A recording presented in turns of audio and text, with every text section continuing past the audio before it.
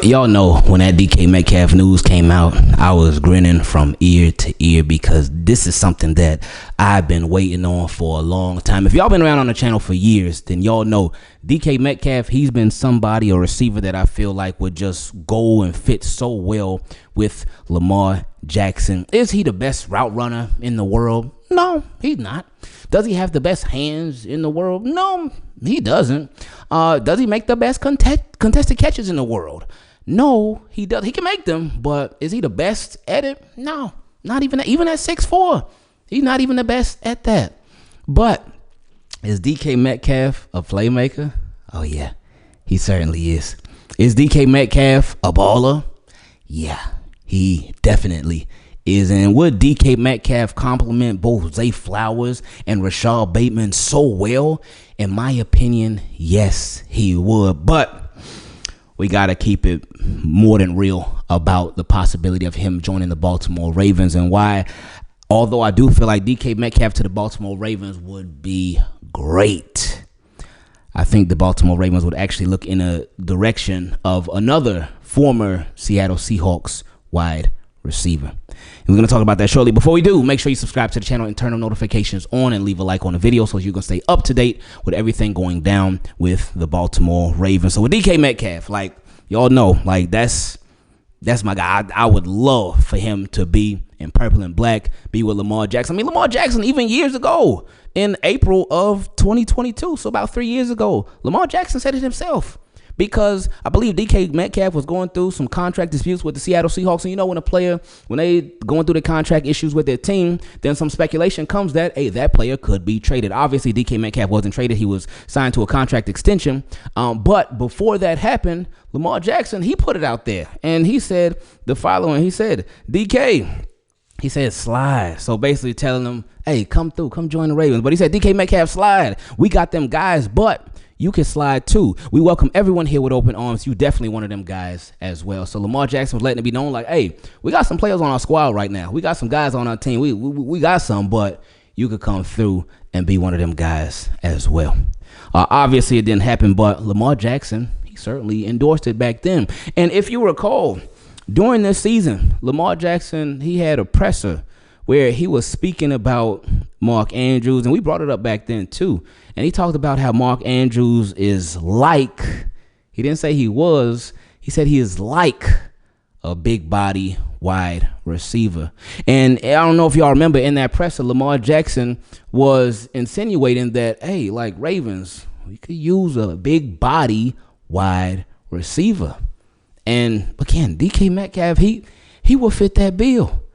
And then I think about the possibility with matchup nightmares, man. Because we talked about it earlier. Is DK Metcalf the best route runner? No. Is Zay Flowers the best route runner? Oh, his routes are crispy. Is Rashad Bateman the best route runner? Oh, my, his routes are amazing. So they got the route running part down pat. But if you have a Zay Flowers, you have a Rashad Bateman, and you have a DK Metcalf and an Isaiah Likely. I left Mark Andrews because, I mean, we'll see what happens with him. I left him out. But if you have those guys on the field, then, oh, my goodness, that's matchup nightmare. Like, who does your number one corner cover? Does he take on Rashad Bateman? Does he take Zay? Does he take DK Metcalf? Who does he take? And then your number two corner, who does he get? Your number three corner, your safety, your linebacker, who do they cover? It's a matchup nightmare. And we only talking about 4 pass catchers. We weren't even talking about Lamar Jackson still on there and Derrick Henry. It would be insane. And that, like, building a bully like ADCB, that would be building a bully. But with DK Metcalf, it would be a lot easier said than done. And the way that the Baltimore Ravens operate, I just do not think it would happen for a couple of different reasons. Number one, it's said that the Seattle Seahawks want a first-round pick and a third-round pick for DK Metcalf. They're not going to get that. They're not going to get that at all. I think the highest that they'll get, especially because DK Metcalf, he requested to be traded, and they put it out there like, oh, DK Metcalf is available for trade. But I think the highest that they'll get maybe will be a second and some change. They ain't getting a first, in my opinion. And the reason I say that is because with DK Metcalf, if he gets traded, you're obviously giving up draft picks, but then on top of that, you have to sign him to a contract extension. So that's on you. So you got to trade for him, and then you would have to pay him on top of that. If a player is getting traded, if a disgruntled player is getting traded and he got contract issues that come with him, then usually the team that's trading him away, they got to take a little bit less than what they want. So that's why the teams will put out, oh, yeah, we want a first and a third, but they end up taking significantly less than that. And that's okay. That's okay. And then I saw a report that said, there's a team that's considering sending a third to the Seahawks for DK Metcalf. I'm like, that's it. Like, I feel like that would be, in my opinion, that's a steal. A third round pick for DK Metcalf, that's a steal. But when you think about the Baltimore Ravens, you think about the money part. And we think about Mark Andrews. Well, why is it being said, and why are a lot of us thinking that the Ravens are going to move on from Mark Andrews? Well, one is because of salary. Mark Andrews has a significant cap hit, and he's in the last year of his deal. But on top of that, I think it's a lot more than just salary. I think it's also the Baltimore Ravens being in a position where they could feel that they could move on from Mark Andrews, and they've seen life without Mark Andrews, and the Ravens did just fine. Not to say Mark Andrews is a bad player, because he's not. Mark Andrews is phenomenal. He's a baller, and we know, like, even this season, he started off slow, still ended up getting 9 or 10 touchdowns. He was a baller this year. Obviously, in the playoffs, we remember what happened, but regular season Mark Andrews, he does and has always done his thing from jump. Him and Lamar have an amazing chemistry, amazing connection. They're great together. But with Mark Andrews, they have somebody waiting in the wings, somebody who's younger, in Isaiah Likely. And with the Baltimore Ravens, with Mark Andrews being in the final year of his contract, Isaiah Likely as well, Charlie Kohler as well, you got to make a decision. And the Baltimore Ravens, a lot of times, they like making the decisions early rather than later when it comes to some players. Because for Mark Andrews, say, for instance, they kept him around this year, which I wouldn't mind them doing. But if they kept him around this year, the most you'll get for him is a comp pick 2 years after this year. And they would rather get something now rather than have to wait until the comp pick formula comes out for whenever Mark Andrews gets a contract from his next team. But if you trade him, then you can get draft picks right here, right now. Like, for instance, remember Orlando Brown Jr.? He was in the last year of his deal. I wanted the Ravens to keep him because I wanted the best offensive line as possible. But what did the Baltimore Ravens do? They ended up trading him. So instead of letting him walk in free agency, they traded him so they could get draft picks right here, right now. They could get compensation right here, right now, instead of having to wait a couple of years down the road. Same thing with Hayden Hurst. He was another one. Then Mark Andrews took over for Hayden Hurst. And Mark Andrews took over. He ended up being a guy. Hayden Hurst was on the back burner. And he was like, you know what? He said he wanted out anyway, too. Ravens like, okay, we're not just going to hold you hostage or whatnot. They said, let's get something for you now instead of just letting you become a free agent when your contract runs out. And then, so boom. So y'all get it. So Mark Andrews, that's why I think it's a lot deeper than just his salary. I think the Ravens are thinking about the future. And I think that their future, we'll see, is to be determined. But I think that they think their future is with Isaiah Likely, not with Mark Andrews. So we'll see what happens there. But so I just, with DK Metcalf, as far as the money part of things, with them having to give up draft compensation and they would have to pay him. And you know, Ravens, they do not like paying wide receivers like that. Like Odell Beckham Jr., that was crazy. That was crazy for the Ravens because they never pay wide receivers like that. They pay a lot of other positions, but wide receivers, that's not normally one of them. So with that will make the chances of them getting a DK Metcalf extremely slim. Now, DK Metcalf, he has a former teammate that I actually do think the Baltimore Ravens would significantly be interested in, and that's Tyler Lockett. And the reason I say that is a couple of reasons, because he fits what the Baltimore Ravens like a lot. Number one, he just got cut from his team, the Seahawks. He got released. Jackson Smith and Jigba got to be looking around like, man, where everybody going? But Tyler Lockett just got cut from the Seahawks. He is 32 years old. So, yeah, you know the story with the Ravens with that. But they wouldn't have to give up any draft picks for him. They wouldn't have to give up any draft capital for him. They would not even have to wait until free agency starts to sign Tyler Lockett because they could get ahead of the market. And, I mean, he's not going to command a crazy high salary or anything like that.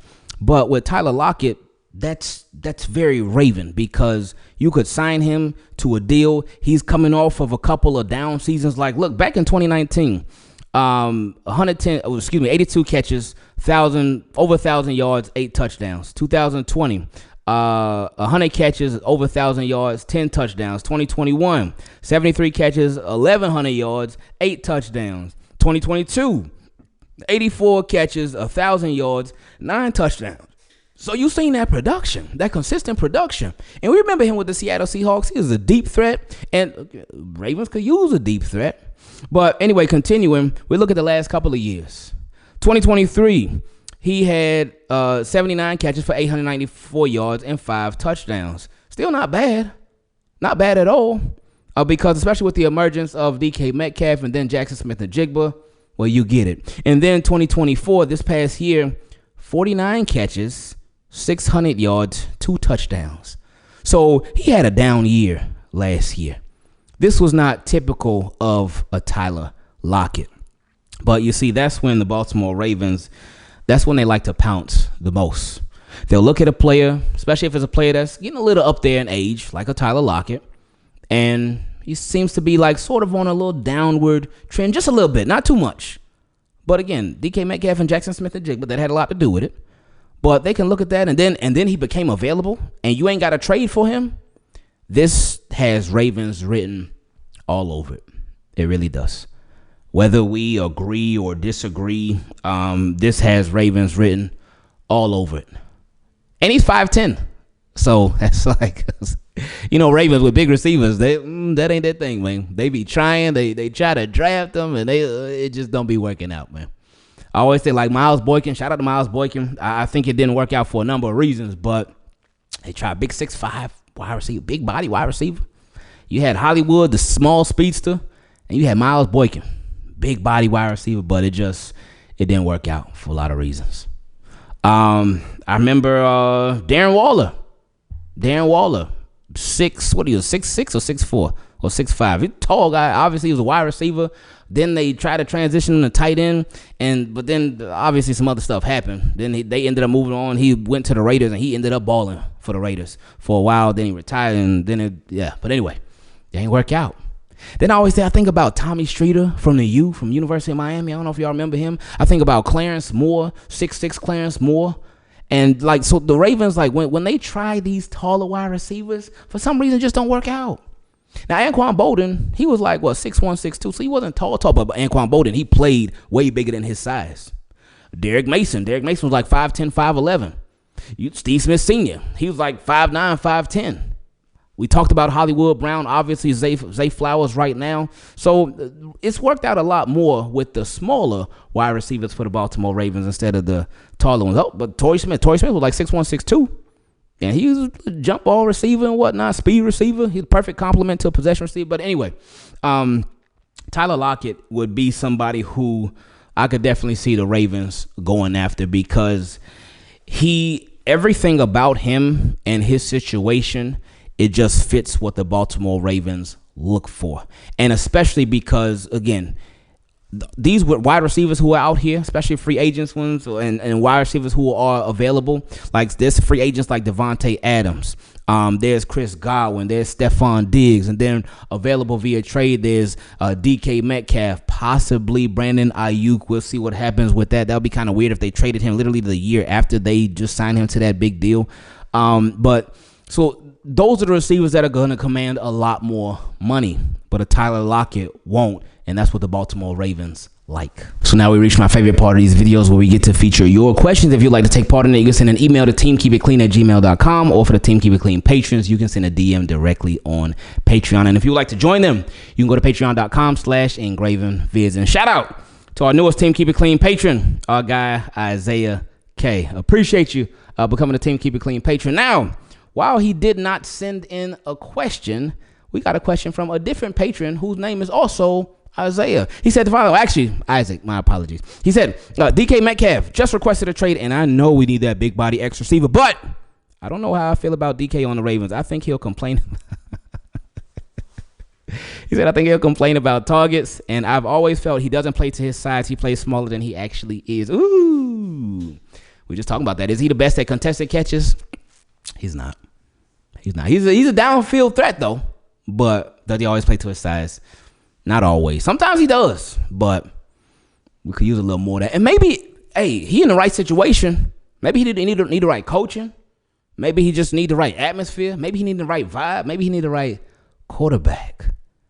And maybe he could play too. I don't know. But anyway, I feel what you're saying, though. He said he doesn't like to go up and get it. Just my opinion. But what do you think his impact on the Ravens would be, whether positive or negative? Now, that part about the targets is interesting because that would be something right there. Because, yeah, there is only one ball to go around. And the Ravens, they still got Derrick Henry. You still got him. So you can't forget about him. But because that's something that I didn't take into consideration. Now, because I'm thinking about the matchup nightmares, the issues that it will cause defenses, and it still would. But then you think about targets. Wide receivers, they come on the football field to catch the football. That's what they want to do, and they want to do it a lot. They want the ball thrown their way every single play. Every single wide receiver does, and there's nothing wrong with that because that's their job. But if you got a Zay Flowers, you got a Rashad Bateman, you got a DK Metcalf, you got a Isaiah Likely, then you still got Derrick Henry can catch some passes too. You got Justice Hill as well. Like, matchup nightmare, but the ball distribution, that would be something too. Because while Rashad Bateman, he got a significant amount of targets and yards, touchdowns too. Zay Flowers got a significant amount of targets, yards, touchdowns. We got to improve on that a little bit, but we'll get back to it next year. You look at the next receiver. Well, Mark Andrews, he got a significant amount of touchdowns. Yards a little down, but then Isaiah Likely mix him in there too. But then you look at Nelson Aguilar, and DK Metcalf is no Nelson Aguilar. I think you would be removing Mark Andrews from the equation, possibly. Again, we'll see what happens.